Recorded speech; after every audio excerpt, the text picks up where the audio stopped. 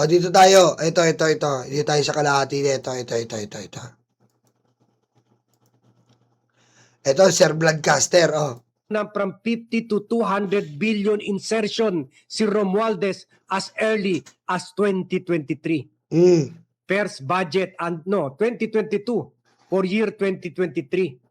Bagong salta pa lang sa Marcos administration si Romualdez as speaker, nagnakaw na. Very good, ha?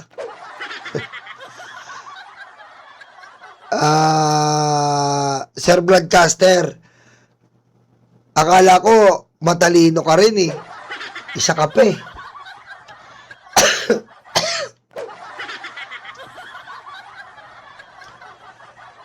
Eto isang mabilisan lang.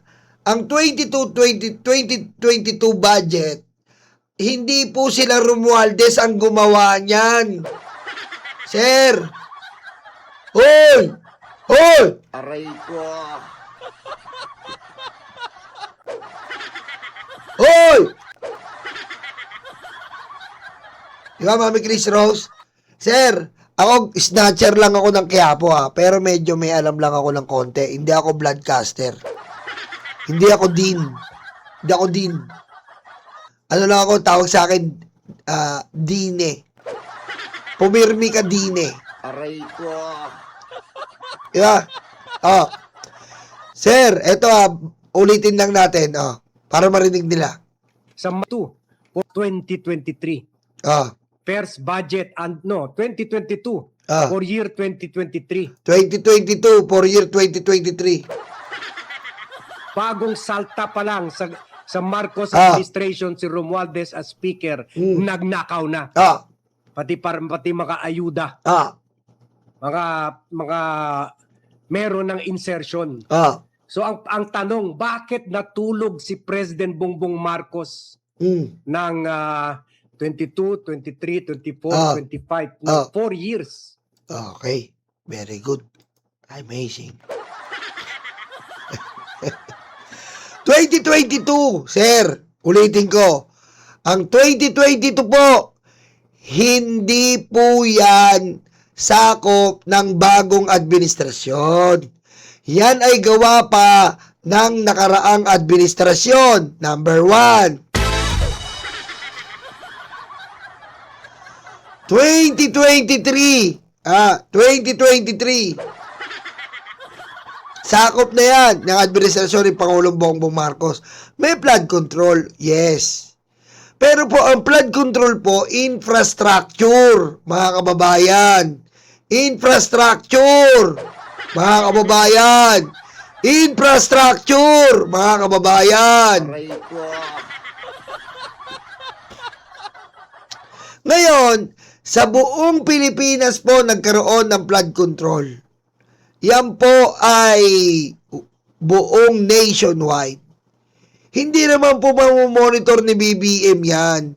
Na kung yung flood control na yon ay existing, na kung yung flood control na yon ay meron ba, na kung yung flood control na yon ay nasa survey stage pa, nagsisurvey pa lang, or nasa operation stage na, wala pa. Kasi nga, ang administrasyon ay nakapokus pa sa iba't ibang mga bagay. Pera pa dyan yung every year may dumarating na mga problema. Every year may inaasikaso. Okay? It takes time, mga kababayan, mga karayuma, para po maimbestigahan ang flood control. It takes time. Kasi nga, kita nyo, dumating yung may ghost flood control. Dumating yung point na ganun. So, within the tree ng scam o the tree ng pandaraya ng flood control, hindi po basta-basta agad malalaman mo. Bakit ka mo? Unang-una, kasabwat po ang DPWH Secretary. Okay lang kung DPWH Secretary lang po ang kasabwat Ano pa? Undersecretary. Kasabwat. Ano pa? Engineer. Regional engineer. Kasabwat. Ano pa? Kontraktor, kasabwat. Ano pa? Congressman, kasabwat. Ano pa? Senador, kasabwat. Ano pa? Ngayon, kapag bagong upo kang presidente, pusang ina, Aray ko.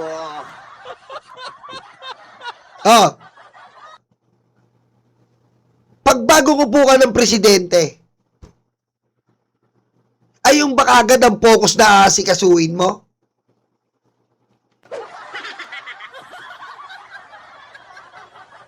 Ay yung ba agad ang aasikasuhin mo? Kung aasikasuhin mo yon, anong gagawin nyo po? Tarurin ko kayo mga karayuma. Sige nga po, sumagot kayo, huwag kayong patulog-tulog. Diba? Kung yun po ang pattern ng pandarayan ng flood control, anong gagawin ni BBM? Masusing pag-aaral. Masusing pag-aaral po. Huwag tayong bobo dito, ha? Pag-aaralan ni BBM maigi yan. Ano munang ginawa ni BBM? Tinake down muna yung Pogo. Tinake down muna yung mga hindi kanais-nais sa nakaraang administrasyon. At nung masusi niya na pong pinag-aralan ng flood control, kasi nga systematic na yung flood control eh. Lahat na sila kasabwat. So, anong gusto mo? Gibain kagad ni BBM nang wala siyang ebidensya? Gibain ni BBM na wala siyang pamalo? Gibain ni BBM na wala siyang matibay na konkretong maiduduldol sa taong bayan na may anomalya yung flood control? Eh putang ina, nagulat nga tayo, may website siya eh. Aray ko.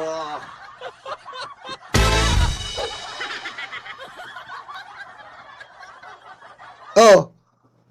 Paano nyo nagguwa yung website na yon, yung data na yon? Oh. Ibig sabihin, pinag-aralan ni BBM yan. Huwag tayo dito puro bunganga. Aray ko. 4 years, ano siya, si Rip Van Winkle. So, medyo may punto naman ito, si Christian Edsguerra, but that is an honest criticism. Ano bang gusto nyo? 2022, labanan na yung flood control? Aray ko. Ha? 2022, labanan yung flood control? Eh, paano si BBM yan? Siya naman ang madadali, wala siyang ebidensya pa. Ano ka naman nangangandidato siya sa pagka-presidente, pinag-aaralan niya na yung flood control. Alam niya bang mananalo siya? Oh. So, sasabihin nila 2023. 2023, syempre, hindi pa sapat yun. Malay niya ba? Yung galing sa 2022, hindi pa natatayo. Oh. It takes time bago mo mayari ang flood control. Infrastructure yan. Hindi po yan ayuda lang ng DSWD. Aray ko.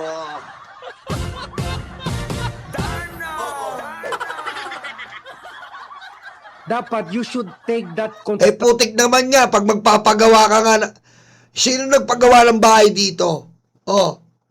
Ilang taon magpagawa ng bahay? Aray ko. Oh. Bahay nga lang, inaabot ng 1 taon magpagawa. Bahay, 1 taon. Aray ko. Diba? Shoutout Mami Tunet. Shoutout Madrid. Shoutout. Marian. Shoutout. Ihimaong. Ilocos. Empanada. Aray ko. Nagutom ako dun Roel San Pedro. Shoutout. attractively, pati ang Malacanang. Oh. Dapat challenge yan sa inyo para imbestigahan. Oh. Kasi tingnan nyo, hindi pa nakakasuhan si Romualdez. Oh. Hindi pa nakakasuhan si Cheese. Oh. Hindi pa nakakasuhan si Joel Villanueva at nakalusot pa sa bail si Revilla. Where is justice?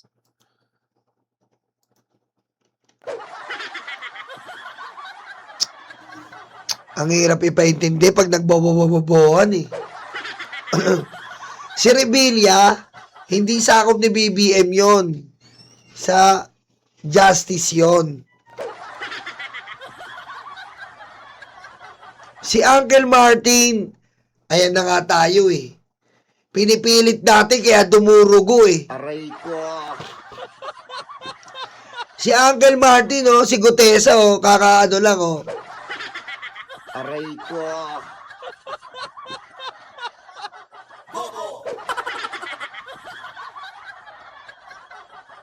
Ilocos Bakia, shout out. Oh, yan.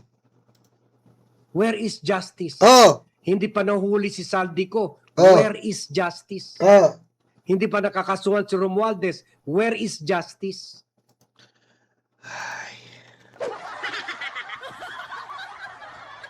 Pag nag-martial tayo, siguro, para matigil kayo lahat. Aray ko. Buti sana kung hindi tayo nawalan ng pera. Glenda, shout out. Nawalan tayo ng 2 trillion. Arlene from Canada. Oh, at sa mga Marcos supporters, ang gusto ko na sabihin sa inyo, maawa kayo sa kababayan nyo. Siguro kayo, Awa talaga kami sa kababayan namin. Etong tanong ko naman sa'yo, Sir Broadcaster. Ha? Oy! Malalaman mo ba to kung hindi sinabi ng Pangulo? Oh, di ba matatalino kayo? Di ba matatalino kayong ibang dilawan dyan? Katulad yun ni Sheila Magno, ng mga tanga kayo. Aray ko. Oh, at kung ang gagaling yun nila Christian, ba't hindi kayo nag-expose? Oh, doon tayo sa totoo. M. Cervera, Miss Malupet, shout out. Oh, Rosalie, shout out. Kung magagaling kayo, ba't hindi kayo ang nag-expose? Oh, diba? Dapat in-expose nyo at bakit hindi kayo sumama sa impeachment ni BBM? Magagaling kayo eh. Aray ko. Arwin, shout out. Diba dapat sumama kayo? Nag-file kayo ng complaint kay BBM, nakasabot siya. Tanda bobo-bobo tayo dito eh. Aray ko. Ano daw? nasa Camry kayo, nasa mamahaling sasakyan kayo. Maawa kayo sa mga tao naglalakat lang. Nagpumipila sa train oras-oras. Nagkaka-leptospirosis dahil walang hupa ang baha dito sa Manila, samantala binuhos na ng gobyerno ng Duterte admin ng 800 billion at ng Marcos admin ng 1.2 trillion. Remember, ang budget natin 5 to 6 trillion lang. Ibig sabihin yung ninakaw ng Marcos at Duterte administration, 30% yun ng Sira ulo ka pala eh. Parang ninakaw ni BBM, tanga ka rin eh. Aray ko. Diba? Kung nagnakaw po si BBM, dapat pina-impeach nyo na, sumama ka. Tanga ka pala eh. Aray ko. Diba? Kung ninakaw ni BBM, dapat sumama kayo sa impeachment complaint. Puro kayo daldal. Puro kayo ngawa. Aray ko. Shout out Victoria from The Hague. Shout out. Oh, sino pa nandiyan? Aray ko. Oh.